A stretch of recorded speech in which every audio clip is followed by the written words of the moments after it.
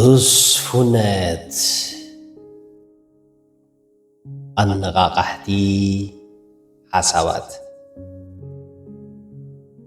دراسي عوت للجالم الراقي عوت للجالم سالساي حتام عراف شمونته الشخطة حنساب حبوسكا فلفل في الشخطة خايو حنساب جن في الشخطة خا فلفل حبوسكا يو هيج نهاتهان لباو في الشخطة عدما ساو قانقوا حيواي النتيو ويليام أرتر وارد سلام بفي الشخطة يجمر مازر ريزا وقابة جزكا لعلي لباس زوانكا تقاميو ديل كارنيجي مبزحتهم أم محبرو ميديا زلطفهم سئلتاتي بفي الشخطة استسنيو سلزقونو حد عرفتي وتر حقوس إلهم يسوعني أنا جن وتر حقوس مغاني رجسيني يكونكن كم هاجري زي حقوس انت رخيبي حقوس زي حزن انت قادي مني حزني هذا رجسيني زخونو لنجر جن الله أبز حقوس النمبر أبز حزنني آيتكورن بالشيخ زبل كل شاب تحقويسي كل شاب مليء إليك يكونس كاب صواقه في الشيختا سلزمرزيو نفي الشيختا مبر نصواقه بوتا سلزيه بويو كم تدمس آيو رحم أفوركي في الشيختا عملي يتعامي حسن في الشيختا عملي نداول زيزيمو الشيختا عملي كخون سلزدليو رقصون في الشيختا عملي زخوني مسلني زخونة سب في الشيخ كبل تفتاوي زخون ولا ملاخنك في الشيخ اسكستوعوا له إذا أقول عيمس الحكي دسي بالحكي و زخونة سب درقس النو بزي قدس نايب حقونك في الشيخ انكسحقن تفتاوي زخون زفتو زلو بوانانت سنو خيكونس بفي الشيختا عبقصو زفتر برهانيو برهان سناينت برهان حيواينت برهان حلاينت عنساب ود سبس بفي الشيختا خصبق قدئي تفتيري له يقرمي الشيختا سنخا خمر اي زتفليئيو نزي إدما لعلي درقسني حقنيا في الشيختا صحاباي زخون تفتاو زقبركا يتسعدا سنخي كونس يتسناي تمنيتيو الشيختا دمس زيبلو سحاقيو الشيختا تفتراو بحر ود سبيو أب كبد ديهم زلو هصانات كي ترفو يفشوك مخانم زملكتهم سمويا بسريدي زبها تكنولوجيا التراساوند الرقاقيز أمويهم هصانات مستولدون مفشاك قصريهم كاوزو ولد حوش تسيكن زقبره هصان تفشيخو ريكورد خمسورون أب سوشال ميديا رينا لنا نايزي تفشيختو قوليهم بر كم تلعلي لنا زرانايو عب كبد ديو من كلو يوم هصانات في الشاخ زجمرو ولا مرعين مسمعن تسانم كوينو مستولدو سبات ون يفشخ يوم سلازي الشيختا تفطرو بحر ود سبيو الشيختا ባህሊ ይኹን ዓሌት ዘይፈሊ መሰረታዊ ስነ ህይወታዊ ባህሪ ወዲ ሰብ እዩ። እዚ እንተኾይኑ ድማ ንምፍሻኽ ምኽንያት ግድን ኣየድልየካን። ክንውለድ ከለና ምስ ክእለት ፍሽኽታ ኢና ንውለድ ግን ኣብ ከይዲ ፍሽኽታ እንዳቐነስና ንኸይድ መጽናዕትታት ከም ዝሕብርዎ ህፃናት ኣብ መዓልቲ ብማእኸላይ 400 ግዜ ይፍሸኹ ሕጉሳት ዓበይቲ ሰባት ድማ ካብ 40 ክሳብ 50 ግዜ ይፍሸኹ ዝተረፉ ዓበይቲ ሰባት ብማእኸላይ 20 ግዜ ጥራዮም ዝፍሸኹ ካብዚ ንርድኦ ተፈጥሮ ክንፍሸኽ እያ ትፈጥረና ግን ኣብ ከይዲ እንዳኸሰርናዮ ንኸይድ እዚ እንተኾይኑ ድማ ፍሽኽታ ንምልምማድ እንገብሮ ጻዕርን ጥበብን ናብ ተፈጥሮና ንምምላስ እምበር ሓዱሽ ባህሪ ንምምሃር ኣይኸውንን ፍሽኽታ ይውሓድ ይብዛሕ ኩልና መዓልታዊ ንገብሮ እዩ መብዛሕትኡ ግዜ ድማ ከይተፈለጠና ፍሽኽታ ኣድማሳዊ መግለፂ ሓጎስ እዩ ከም ምስዕዓም ምትሕቑቓፍን ብኢድ ምጭብባጥን ዝመሳሰሉ ባህርታት ካብ ባህሊ ናብ ባህሊ ክፈላለዩ ይኽእሉ እዮም ፍሽኽታ ግን ዳርጋ ኣድማሳዊ መረዳድኢ ቋንቋ ሰናይነት እዩ እዚ ማለት ግን ፍሽኽታ ኩሉ ግዜ መግለፂ ሓጎስ እዩ ማለት ኣይኮነን ሓደ ሓደ ግዜ መግለፂ ፍርሒ ሕፍረት ሓዘንን ሕርቃንን ክኸውን ይኽእል እዩ ብመሰረቱ ግን ፍሽኽታ መግለፂ ሓጎስ እዩ ፍሽኽታ ተፈጥራዊ ኣብ ርእሲ ምዃኑ ብዙሓት ረብሓታት እውን ኣለዎ ቻርሊ ፐልሲፈር ዝተባሃለ ጸሓፋይ እቲ ሓደ ቀሊልን ሕሳርን ጥዕናኻ ንምሕላው ስምዒትካ ንምጽባቕ ዕድመኻ ንምንዋሕን ዓወትካ ንምስሳንን ዝጠቕመካ ፍሽኽታ እዩ ይብል ብዛዕባ ረብሓ ፍሽኽታ ዝተፈላለዩ ሊቃውንቲ ብዙሕ ኢሎም እዮም ካብኣቶም እዞም ዝስዕቡ ተመልከት ሓደ ፍሽኽታ ሰሓባይ ይገብረካ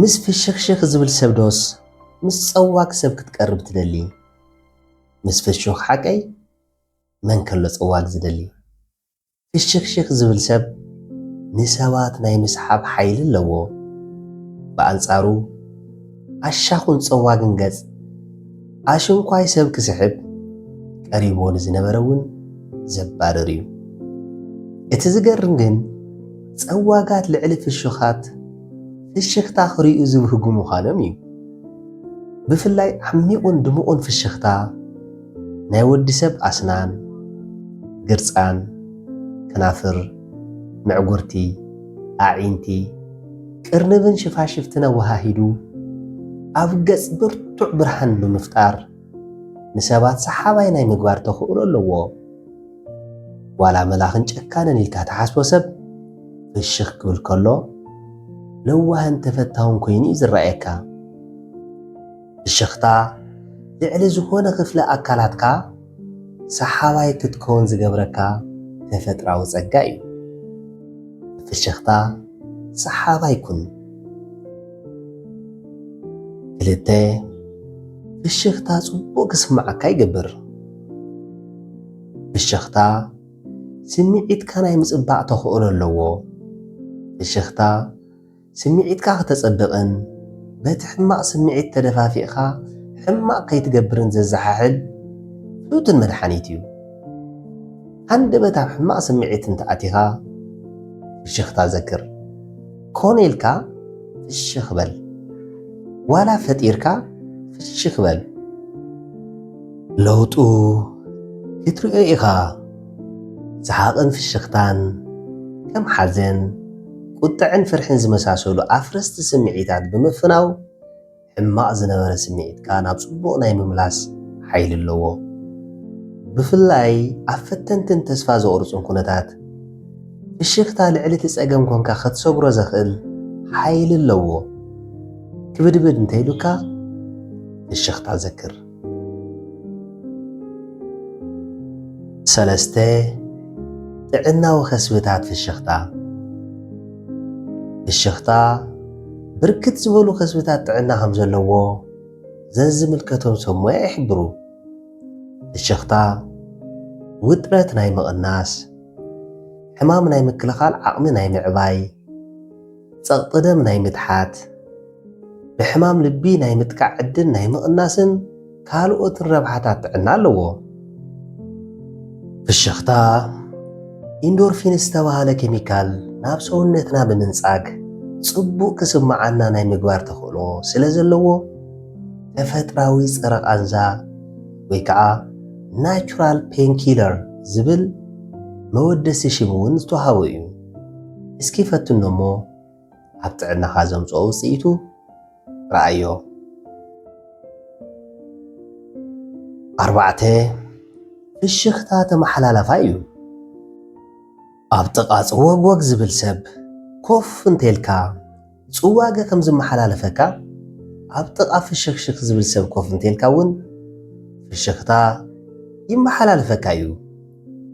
ፍሽኽታ ሙሉእ ገዛ ክብርህ ዝኽእል ተራባሓይ ጸጋ እዩ። ብዙሕ ፍሽኽታ እንተደሊኻ ምስ ፍሽኽሽኽ ዝብል ሰብ ምውዓል ፍቶ። ልዕሊ 50% ዝኾኑ ሰባት ፍሽኽታ ይምልሱ እዮም። እንተዘይመለሱ እውን ጸገም የብሉን። ኣብዚ ዓለም ዘለዉ ሰባት ኩሎም ፍሽኽታ ኣመሎም እንተዝኾኑስ ዓለም እንታይ ኮን ምመሰለት? ራዕድን ኩናትን ዘቐነሰላ ምውቕቲ ገዛ ሰላምን ሓጎስን ምኾነት።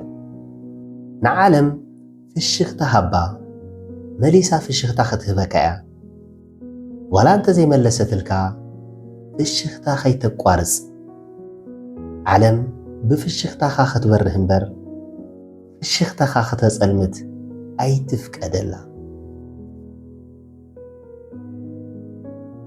5 ፍሽኽታ ንገጽካ የሸውቶ እዩ። ፍሽኽታ ኣብ ገጽካ ዘለዉ ጨዋዳታት ክፍታሕትሑ ብምግባር ገጽካ ሽውትን ልስሉስን ኮይኑ ንኽጸንሕን ቀልጢፉ ግዳይ እርጋን ከይኸውንን ናይ ምግባር ተኽእሎ ኣለዎ። መቸም እርጋን ተፈጥራዊ ከይዲ ስለ ዝኾነ ምቅላስ የድልዮን። እንተኾነ ግን እንዳተጸወቅካ ኣብ ዘይግዜኻ ምእራግ እውን ስንፍና እምበር ብቕዓት ኣይኮነን። ብፍሽኽታ ሸዊትካ ምጽናሕ ልቦና እዩ። ንምጽዋግ ዘድልዩ ጨዋዳታት 112 ኮይኖም ንምፍሻኽ ዘድልዩኻ ግና 10 ጥራይ እዮም። እስኪ ፍሽኽ በል እሞ መሊስካ ጽውግ በል። ኣየናይ ከቢድካ? ጽዋጋ ሓቀይ ብዙሕ ጨዋዳታት ስለ ዝጠልብ እዩ። ፍሽኽታ ድማ ብምጽዋግ ክባኽን ዝነበረ ጨዋዳታት ይዕቅበልካ ማለት እዩ።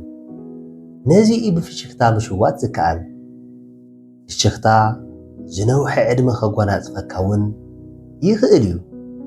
ፍሽኽታ ኣመሎም ዝገብሩ ሰባት ካብቶም ካልኦት ሰባት ብማእኸላይ 7 ዓመት ዕድመ ናይ ምውሳኽ ዕድል ከም ዘለዎም መጽናዕትታት ይሕብሩ። ዝኾነ ኮይኑ ፍሽኽታ ከኽስበካ እዩ። ብፍሽኽታ ሽውትን ተፈታውን ገጽ ልበስ። 6 ፍሽኽታ ንዓወት ሓጋዛ እዩ። ፍሽኽታ ሕጉስን ዓርሰ እምነት ዘለዎን ኮንካ ንሰባት ክትቅረጾም ዝገብር እዩ። እዚ ድማ ኣብ ምርካብ ስራሕ፣ ኣብ ምምስራት ዝምድና፣ ኣብ ምቅላል መቕጻዕቲ ብሓፈሻ ዝበለጸ ተሓሕዛ ምርካብ ከም ዝሕግዝ መጽናዕትታት ይሕብሩ። ብሓፂር ኣገላልጻ ፍሽኽታ ርክብካ ከይሕርፍፍ ብምልስላስ ምስ ሰባት ብዝበለጸ ክትደማመጽ ክትረዳዳእን ክትተኣማመንን ዝገብር እዩ። በዚ ኣቢሉ ድማ ንዓወትካ ሓጋዛ እዩ። ብተወሳኺ ፍሽኽታ ናይ ምንቕቓሕን መፍራይነትካ ናይ ምዕባይን ተኽእሎ ኣለዎ። 7 ፍሽኽታ ብሰናይ መልአካ እዩ። ፍሽኽታ ሰናይ ሓሳብ ክትሓስብን ብሰናይ ኣረኣእያ ክትምላእን ናይ ምግባር ተኽእሎ ኣለዎ። ኣብ ውሽጢ ፍሽኽታ ኾንካ ክፍኣት ክትሓስብ ፈጺሙ ዘይከኣል እዩ። እስኪ ፈትኖ ኣይከኣልን። ብሓደ ግዜ ወይ ሰናይ ወይ ሕማቕ ኢኻ ትሓስብ። ፍሽኽታ ስምዒትካ የጸብኦ ጽቡቕ ስምዒትካ ድማ ሰናይ ክትሓስብ ይገብረካ ሰናይ ሓሳብ ድማ ሰናይ ክትገብር ይደፍኣካ እዝን ክንደጋገም ድማ ሰናይ ሓሳብ ኣመልካ ይኸውን እስኪ ፈትኖ 8 ፍሽኽታ ጽቡቕ ዝምድና ይፈጥር ምስ ሰባት ክትላለን ከለኻ ፍሽኽ ኢልካ ተላለዮም በዚ ሌላ ሕጉስ እየ ዝብል መልእኽቲ ኢኻ ተሕልፈሎም ዘለኻ ምናልባት እዛ እዋን ሌላ ዘብራኻሎም ፍሽኽታ ንዘለዓለም ዘይክርስዕዋ ይኽእሉ እዮም ፍሽኽ ክትብልን ከለኻ ነቶም ሰባት ከም እትፈትዎም ከም እተድንቑምን ምስኦም ምዃንካ ሕጉስ ከም ዝኾንካን ኢኻ መልእኽቲ ተሕልፈሎም ሕያዋይን ጥዑምን ምዃንካ እዩ ዘርእዮም ፍሽኽታ ዝምድና ናይ ምፍጣር ናይ ምሕዳስን ናይ ምጥንኻርን ተኽእሎ ኣለዎ ፍሽኽታ ባህላውን ፖለቲካውን ዶብ ከይዓገቶ ምስ ዝኾነ ዘርእስ ወዲ ሰብ ከረዳድእን ከዛምድን ዝኽእል ጸጋ እዩ ፍሽኽታ ሰባት ፍትዋት ኮይኖም ክስምዖምን ንያቶም ሓፍ ክብልን ናይ ምግባር ተኽእሎ ኣለዎ እዚ ድማ ሰባት በቐሊሉ ዝምድና ንኽፈጥሩን ዝምድንኦም ኣስጢሞም ንኽሕዙን ሓጋዛ እዩ መብዛሕትኡ ግዜ ሰባት ገጭ ዝብሉ ዝተጸልኡን ተቐባልነት ዘይረኸቡን መሲሉ ስለ ዝስምዖም እዩ ፍሽኽታ ድማ ሰባት ፍትዋትን ቅቡላትን መሲሉ ክስምዖም ስለ ዝገብር ብኣካልን ብስምዒትን ክቀራረቡ ዝሕግዝ እዩ ፍሽኽታ ተኾራርዮምን ተዓጻጽዮምን ዝነበሩ ሰባት ከይተረፈ ድልድል ኮይኑ ብኣካልን ብስምዒትን ክራኸቡን ዝምድንኦም ክሕድሱን ዕድል ዝፈጥር እዩ 9 ፍሽኽታ ንግዲ ዕንብብ እዩ ሓደ ኣሜሪካ ከይዱ ዝነበረ ዓርከይ ከም ዘዋግዐኒ ኣብ ሱፐርማርኬት ንክቁፀር ካብ ዝተውሃቦ ኦሪንቴሽን ሓደ ዓማዊል ብዝመፁ ቁፅሪ ፍሽኽ ክትብል ኣለካ ዝብል እዩ ኣብ ዝኾነ ዓይነት ንግዲ ሃሉ ዓማዊልካ ብፍሽኽታ ተቐቢልካ ተኣናግዶም መማረፂ ስኢኖም ከይኮነስ ደስ ኢልዎም ክመላለሱኻ እዮም በዓል ባጃጅ እንተኾንካ ዓማዊልካ ፍሽኽ ኢልካ ተቐበል ድሌቶም ጽኒ ኢልካ ኣዳምፅ ቀዋሚ ዓሚል ክትግብሮም ኢኻ መሳሰይ እንተኾንካ ብፍሽኽታ ኣሳሲ ርጉድ ዝበለ መቕሽሽን ዕቤት ስራሕን ኣይትስእንን በዓል ቡቲክ እንተኾንካ ዓማዊልካ ፍሽኽ ኢልካ ክዳውን ትማርፆም ደስ ኢልዎም ክገዙኻ እዮም ሎማዓንቲ እንተዘይገዝኡኻ ካሊእ ግዜ ክምለሱኻ እዮም ንርእስኻ ኣቕሓ ወይ ኣገልግሎት እንተደሊኻ ካብ መን ክትገዝእ ትደሊ ካብ ፀዋግዶስ ካብ ፍሽኽ እንታይ ሕቶ ኣለዎ ፀዋጋት እባ ንምንታይ እዮም ኣብ ስራሕ መሸጣ ወይ መስተንግዶ ዝዋፈሩ ሰብ ከባርሩ ብርግፅ ንፀዋጋት ዝኸውን ስራሕ ሓሲበ ኣይረኸብኩሎምን ዕላማና ሰባት ምውቃስ ከይኮነስ ኣመል ሰባት ምስትኽኻል እዩ ኩልና ፀጊሙና ንፅወግ ኢና ኣብ ክንዲ ኣመል ፍሽኽታ ኣመል ፅዋገ ንምሓዝ ግን ፀገም ሓታታይ ኣይኮነን 10 ፍሽኽታ ዓርሰ እምነት ይውስኽ እዩ ፍሽኽታ ውሕስናን ዓርሰ እምነትን ክስማዓካ ይገብር እዩ እዚ ድማ ብፍላይ ኣብ ማሕበራውን ህዝባውን ጉዳያት ተረጋጊእኻ ክተሳልጥ ዝያዳ ክትቀራረብን ምእመናይ ክትከውንን ይሕግዘካ እዩ ብኻሊእ ኣገላልፃ ፍሽኽታ ንያትካ ክውስኽ ስለ ዝሕግዘካ ሕፍረትን ፍርሕን ከይስዕሩኻ ይሕግዘካ እዩ መደረ ክትገብር እንከለኻ ፍሽኽ በል እዚ ውሕስና ክስማዓካ ዝያዳ ተደማፃይን ምእመናይን ክትከውንን ምስ ሰማዕትኻ ዝያዳ ብሓሳብን ብስምዒትን ክትቀራረብን ክሕግዘካ እዩ ፍሽኽታ ዓርሰ እምነትካ ይውስኽ እዩ። 11 ፍሽኽታ ተኣማናይነትካ ይውስኽ እዩ። ፍሽኽ ዝብሉ ሰባት ካብ ፀዋጋት ሰባት ዝሓሸ ተኣማናይነት ኣለዎም። ፍሽኽታ ንህይወት ብጥበብን ልቦናን ትነብራ ከም ዘለኻ፣ ህይወት ተጨንቐካ ከም ዘየላ፣ ንፀገማት ብብልሓት ትሰግር ብርቱዕ ሰብ ከም ዝኾንካ፣ ንሰባት መልእኽቲ ስለ ዘሕልፈሎም ኣባኻ ዘለዎም እምነት ሓፍ ንኽብል ይሕግዘካ እዩ። ብኣንጻሩ ፀዋግ እንተኾንካ ዕዮ ገዛኻ ምስራሕ ከም ዝኣበየካ ክግምቱ ስለ ዝኽእሉ ኣባኻ ብዙሕ እምነት እንተዘይሕደሩ ዝገርም ኣይኮነን። ብዙሕ ግዜ ትፅወግ እንተኾንካ ሰባት ክፉእ ገይሮም ክስእሉኻን ክጠራጠሩኻን እውን ይኽእሉ እዮም። ፍሽኽታ ተኣማናይነት ይውስኽ እዩ። ፍሽኽታ ኩሉ ፀገም ዓለም ኣይፈትሕን፣ ግን ከስቢ እምበር ጉድኣት የብሉን እሞ ድማ ዋጋ ይሓትትን። ብዛዕባ ረብሓ ፍሽኽታ ክነውግዕ ከለና ግን ብዛዕባ ሕማቕ ስምዒትካ ብፍሽኽታ ምሽፋን ኣይኮንና ንውግዕ ዘለና።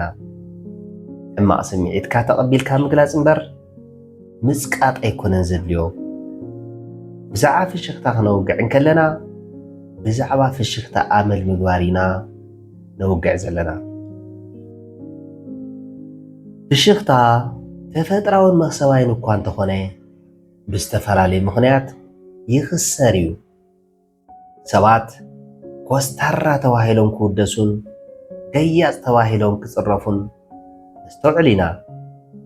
ፅዋገ መወደሲ ፍሽኽታ ድማ መፅረፍ ክኸውን እንከሎ ዝገርም እዩ። እቶም ፍሽኽታ ብኮስታራነት ዝኸስሩ ሰባት ቀለልቲ ይኮኑን ብርቱዓት እዮም ንኽበሃሉ ዶ ይኸውን? ከምቲ ገለ ቤተሰብ ንጉሳውያን ካብ ተራ ሰባት ንምፍላይ ሓጎሶምን ሓዘኖምን ኣብ ገጾም ከይንበብ ዝጥንቀቑ፣ ብሓጎስ ወይ ብሓዘን ተሳዒርካ ሚዛንካ ከይትስሕት ስምዒትካ ምቁፅፃር ጽቡቕ እዩ። ሓዘንካን ሓጎስካን መሊእካ ካብ ገጽካ ክትሓብኦ ምፅዓር ግና እንታይ ይዓብስ? ስምዒቱ ገጹ ክንበብ ዘይኽእል ሰብ ካብ ስእልኸ ብምንታይ ይፍለ? ሓጎስን ሓዘንን ተፈጥራዊ ኣካል ደቂ ሰባት እንድዮም ንምንታይ ትቃለሶም? ስምዒታት ተፈጥራዊ ጥራይ ከይኮኑስ ንስራሕ እውን እዮም ዝፍጠሩ ኣገደስቲ ሓበሬታታት ክህቡና። ስለዚ ክንገልጾም እምበር ክንፀቕጦም ኣይግባእን። እቲ ዘድልየና ጥበብ ኣገላልፃ ምፍላጥ እዩ።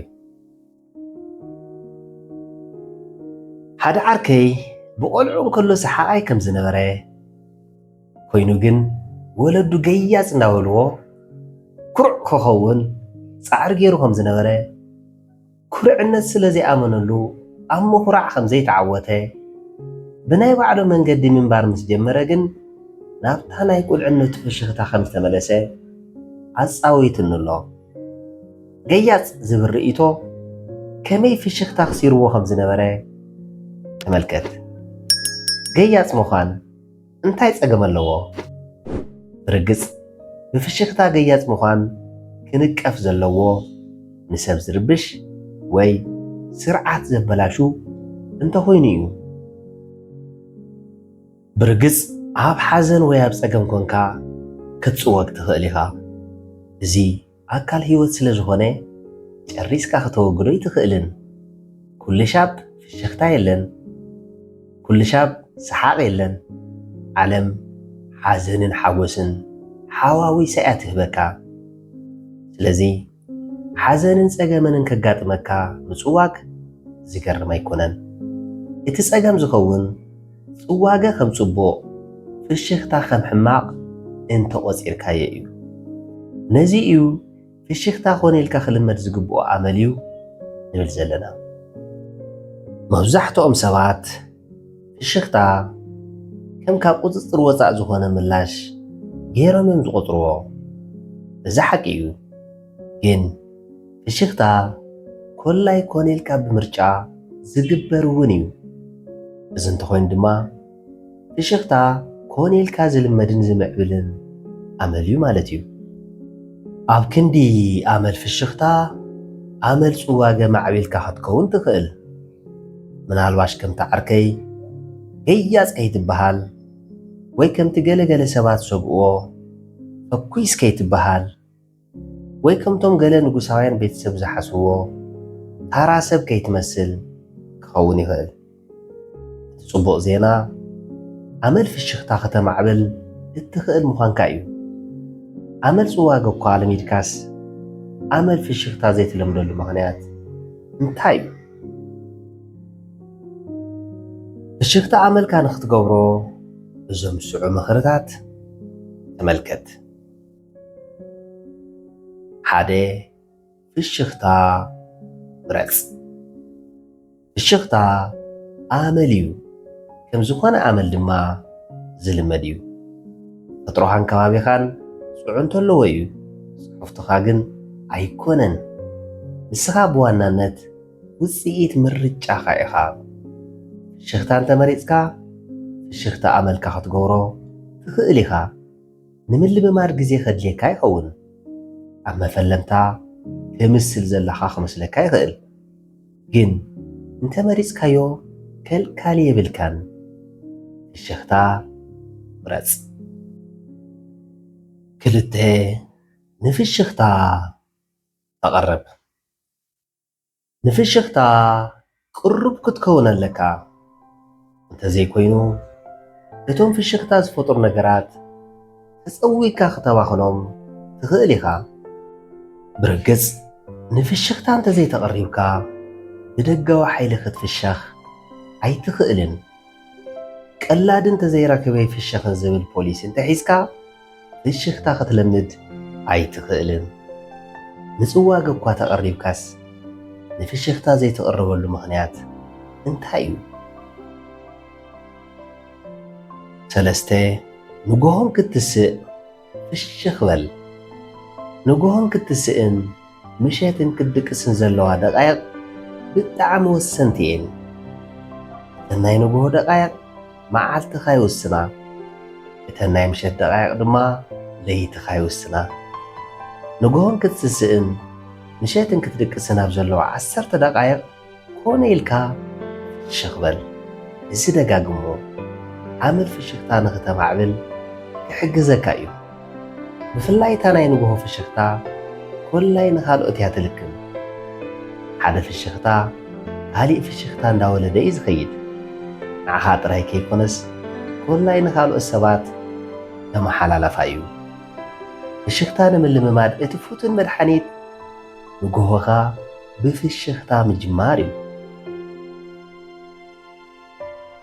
4. ሎማዓንቲ ምንባር ተለማመድ።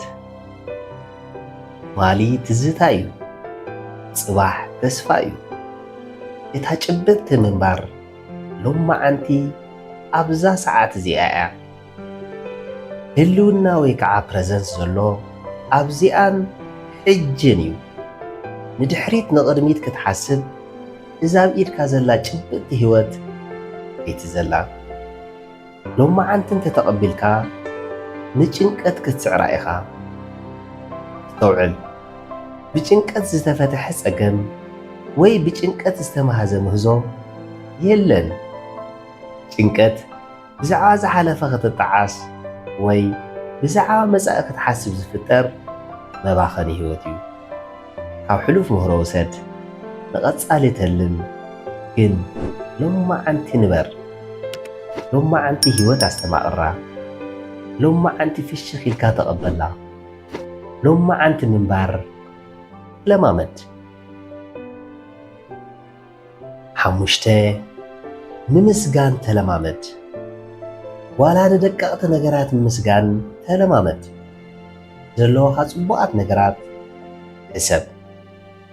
ቤተሰብካ፣ ኣዕርኽትኻ፣ ጥዕናኻ፣ ክእለትካ፣ ስራሕኻ፣ ጽባቐኻ፣ ፍልጠትካ፣ ኣእሙሮኻ፣ ጉልበትካ፣ ፍሽኽታኻ፣ ክዳውንትኻ ወዘተ እዚኦም ንምንታይ ኣቃሊልካ ርኢኻዮም? ዘለካ ምጥማት ምስ ዝጅምር ብዙሕ ሃፍቲ ከም ዘለካ ክብርሃካ እዩ። ንዘለካ ምምስጋንን ብዘለካ ምሕጓስን ተለማመድ። ሕጉስን ፍሽኹን ሰብ ክትከውን ኢኻ። ብርግጽ ከም ምስጋና ዝበለ ንሓጎስን ፍሽኽታን ሓጋዛይ የለን። ብፍላይ ንግሆም ክትስእን ምሸትን ክትድቅስን ሆነ ኢልካ ምምስጋን ተለማመድ። 6 ኣብ ቅድሚ መስትያት ፍሽኽታ ተለማመድ። እዚ ንባዕሉ ዘስሕቕ ሓቀይ ሓቀይ ኣብ ቅድሚ መስትያት ኮንካ ፍሽኽታ ተለማመድ። ንግሆ ተሲእካ ኣብ ቅድሚ መስትያት ኮንካ ፍሽኽ በል። ዝተፈላለየ ዓይነታት ፍሽኽታ ፍሽኽ በል። እቲ ደስ ዝበለካ ዓይነት ፍሽኽታ ደጋግሞ። እዚ ደጋጊምካ ተለማመድ።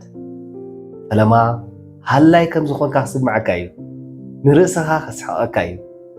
ድሓር ግን ኣመልካ ክኸውን እዩ። ክትከስበሉ እውን ኢኻ። ሓጎስን ጽባቐን ክፈጥረልካ እዩ። 7 ሓደ ዘሕጉዘካ ሰብ ወይ ተጓንፎ ሕሰብ። ኣብ ህይወትካ ብዙሓት ዘሕዝኑ ሰባትን ተጓንፎታትን ኣጋጢሞምካ እዮም። በዚኦም ምቕዛም እንታይ ክዓብሰልካ? ብኣንጻሩ ብዙሓት ደስ ዝብሉ ሰባትን ተጓንፎታትን ኣጋጢሞምካ እዮም።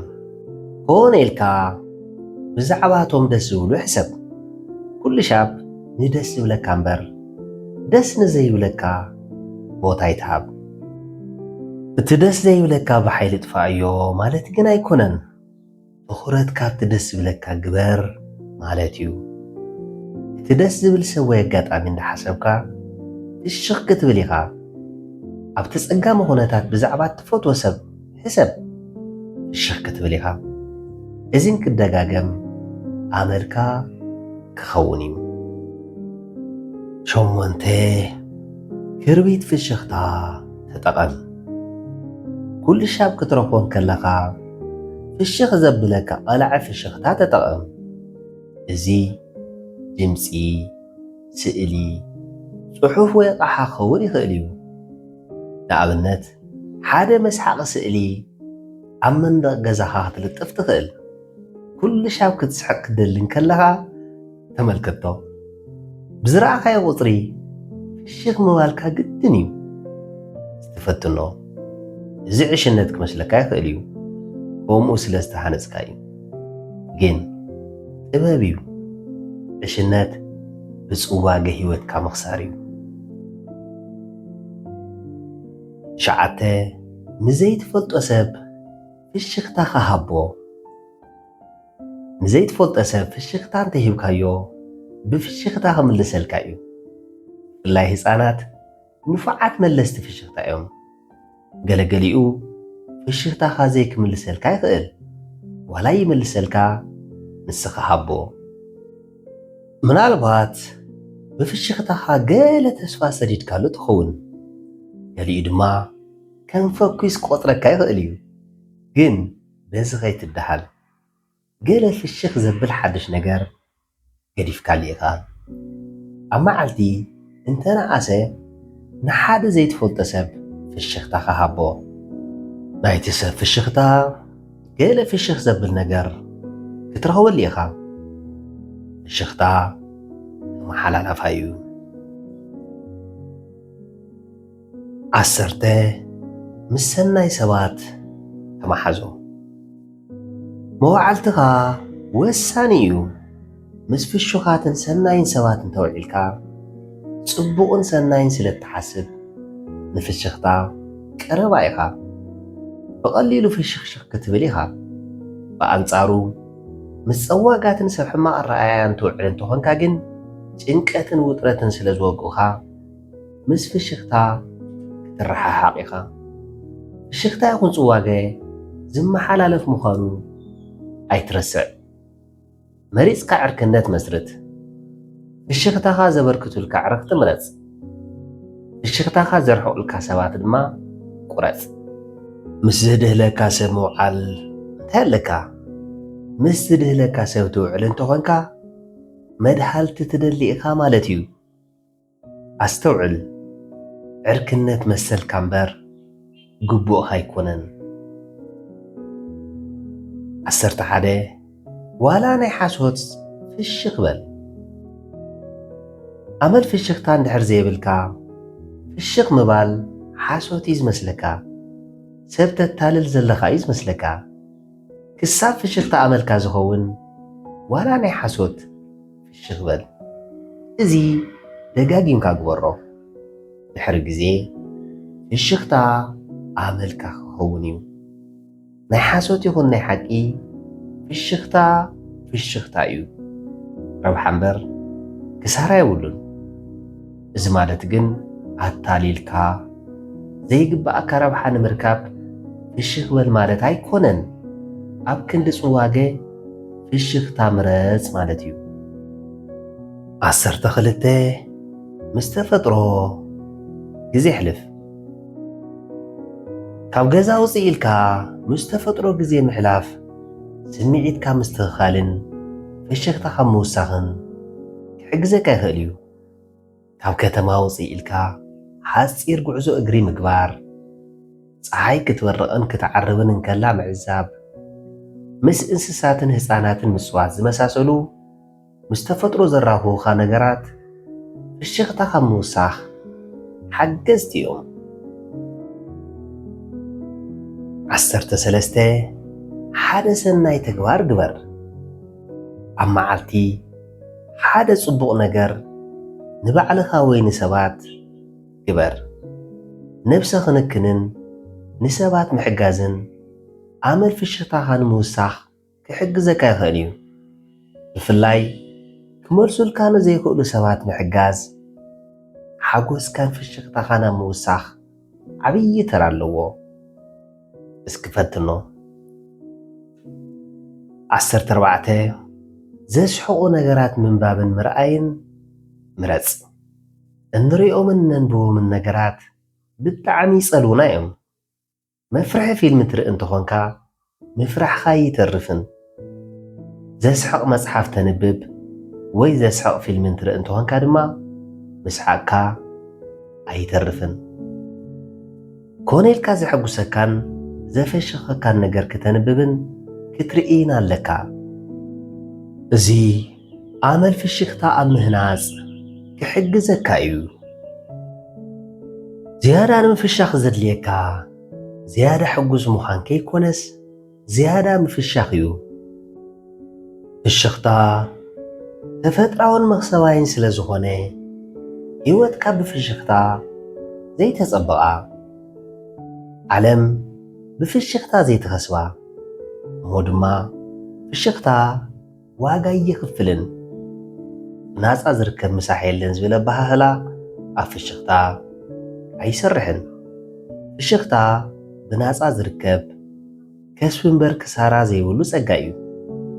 ካብ ፍሽኽታን ጽዋገን ጽቡቕ ስምዒት ዝህበካ ኣይና እዩ? ፍሽኽታ ሓቀይ፣ ፍሽኽታ ጽቡቕ ስምዒት፣ ጽዋገ ድማ ሕማቕ ስምዒት ዝፈጥረልካ እንተደኣ ኮይኑ ብዘይ ምርምር ፍሽኽታ ክትመርጽ ነብስኻ ትነግረካላ ማለት እዩ። ዝበዝሕ ግዜ ነብስኻ ዝነግረካ ምድማጽ ግርም እዩ።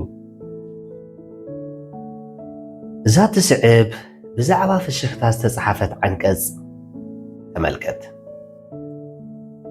ፍሽኽታ ዋጋ የኽፍልን ግን ብዙሕ ይዝህብ። ፍሽኽታ ነቶም ዝህቡ ከየድከ ነቶም ዝቕበሉ ዝህፍትን እዩ። ፍሽኽታ ሓፂር ግዜ እዩ ዝወስድ፣ ተዘክርኡ ግን ሓደ ግዜ ንዘለኣለም ክነብር ይኽእል እዩ። ፍሽኽታ ከም ዝወነነ ሰብ ሃፍታምን ሓያልን የለን። ፍሽኽታ ከም ዝረሓቆ ሰብ ድኻን ድኹምን ድማ የለን። ፍሽኽታ ኣብ ገዛ ደስታ ይፈጥር፣ ኣብ ንግዲ ጽቡቕ ሽም ይሃንጽ፣ ከምኡ እውን ፍቱን መረጋገፂ ዕርክነት እዩ። ፍሽኽታ ነቲ ዝደኸሞ ዕረፍቲ ነቲ ዝተዳሃለ ሓቦ ነቲ ዝሓዘነ ብርሃን ፀሓይ ይህብ ከምኡ እውን እቲ ዝበለፀ ተፈጥራዊ ፈውሲ ጭንቀት እዩ ፍሽኽታ ክግዛእ ክልመን ክልቃሕ ወይ ክስረቕ ኣይኽእልን ምኽንያቱ ክሳብ ዝልገስ ንዝኾነ ሰብ ዋጋ ዘለዎ ኣይኮነን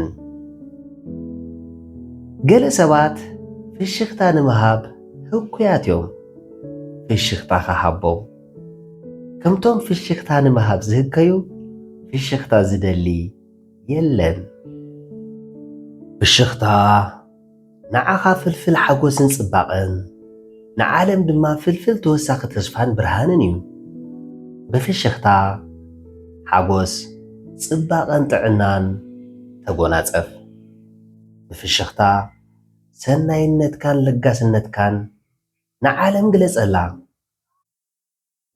ኣስተውዕል ህይወት ሓጻርን ተነካኢትን እያ ብፍሽኽታ ክትከስባ ኣለካ ተስፉነት ኣነቓቓሕቲ ሓሳባት ደራሲ ዓወት ልጃለም ተራኺ ዓወት ልጃለም ሳልሳይ ሕታም ምዕራፍ 8 ፍሽኽታ